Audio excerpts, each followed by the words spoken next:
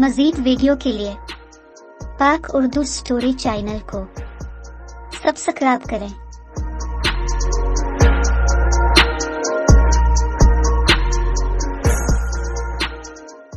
एक जंगल में टोनी चिड़िया अपने शौहर कालू कौवा और सास के साथ रहा करती थी। उसका शौहर कालू कौवा जंगल में काम करके घर का गुजर बसर करता था। एक दिन वो जंगल में काम कर रहा था कि अचानक इस पे एक बाज ने हमला कर दिया। वो बहुत घायल हो गया और जैसे तैसे करके वो घर पहुंचा। टोनी, टोनी, माँ, टोनी, बाहर आए जल्दी। अरे ये क्या हो गया आपको? आप जख्मी कैसे हो गए? टोनी, मुझ पे एक बाज ने हमला कर दिया और मैं बहुत घायल हो चुका हूँ और शायद अब मैं ना बचूं।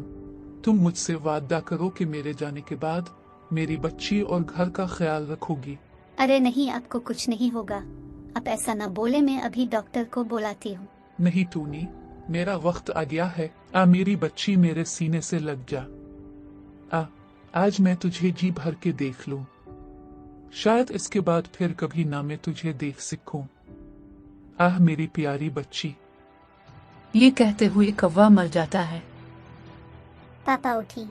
आपको क्या हो गया पापा? उठ जाएं पापा। और कौवे की बच्ची रोने लग जाती है। अरे आपको क्या हो गया? आप हमें छोड़कर क्यों चले गए?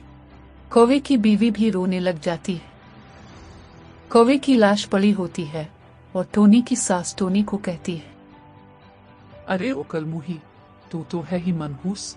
पहले मेरे शौहर को खा गई और अब अपने शौहर को।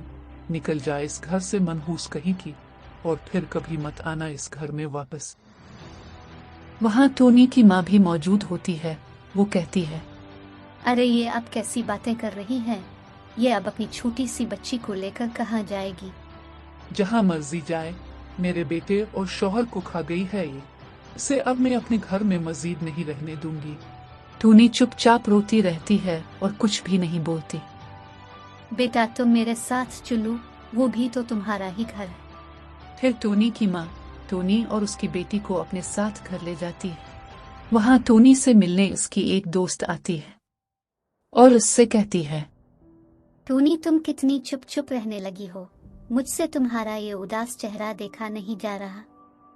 देखो मेरा मशवरा है कि तुम अपने पाँव पे खड़ी हो। तुम कोई काम शुरू करो ताकि 2 पैसे घर में आए। तुम गोलगप्पे क्यों नहीं बेचना शुरू कर देती?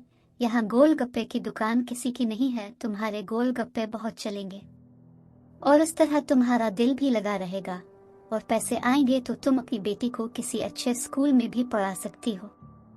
टोनी अपनी दोस्त की बात सुनकर सोचने लगती है कि कह तो ये सही रही है। अगले दिन वो रंग बिरंगे गोलगप्पे बेचने लग जाती है। गोलगप्पे ले लो, गोलगप्पे 20 रुपए की प्लेट। रंग बिरंगे गोलगप्पे ले लो। शाम तक इसके सारे गोलगप्पे बिक जाते हैं और वो उड़ कर अपने घर आ जाती है। अब वो और उसकी बेटी खुश रहने लग गए।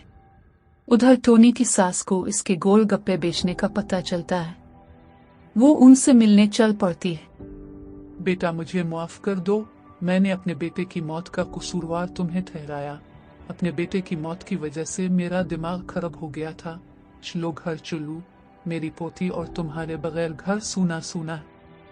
टोनी अपनी सास को माफ कर देती है और उसके साथ घर को चल देती है। वहाँ भी वो गोलगप्पे बेचने का काम जारी रखती है। इसके गोलगप्पे बहुत चलने लग जाते हैं। उनका गुजर बसर अच्छा होने लग जाता है और वो सब खुशी खुशी रहने लग जाते हैं। टोनी ने अपने शौहर से क्या हुआ वादा पूरा किया। सबक: ना इंसान मनहूस होता है और ना वक्त। हमें खुदा के फैसलों पर बस राजी रहना चाहिए। वो बेहतर जानने वाला है।